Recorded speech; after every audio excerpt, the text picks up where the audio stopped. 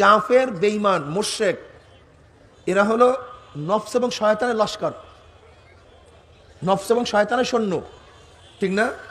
তার নফস হলো চিফ, নফস হলো বড় বড় যোদ্ধা, চিফ কমান্ডার, প্রধান সেনাপতি।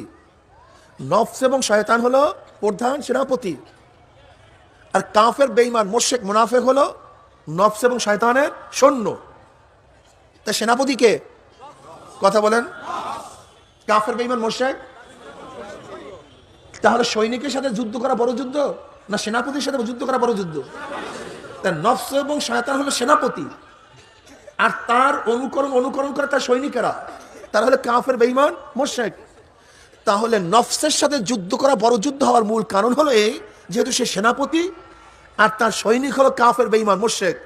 তাহলে সৈন্যের সাথে যুদ্ধ করা বড় যুদ্ধ না, বরং সেনাপতি